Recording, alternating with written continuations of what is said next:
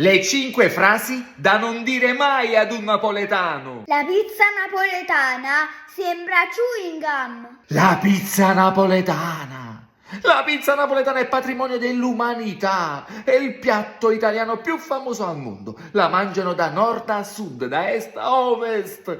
Ma fammi piacere. Maradona non è il calciatore più forte di tutti i tempi. Maradona è il giocatore più forte di tutti i tempi. È riuscito a vincere a Napoli quando nessuno mai ci era riuscito. E ha vinto un mondiale da solo nel 1986, tra l'altro segnando il gol più bello del secolo e il gol più discusso, la famosa mano de Dios. I napoletani non hanno voglia di lavorare. I napoletani sono grandi lavoratori, hanno lasciato le proprie radici, le proprie famiglie pur di andare nel mondo a lavorare. Napoli è una città pericolosa. Ed anche qui vi devo smentire.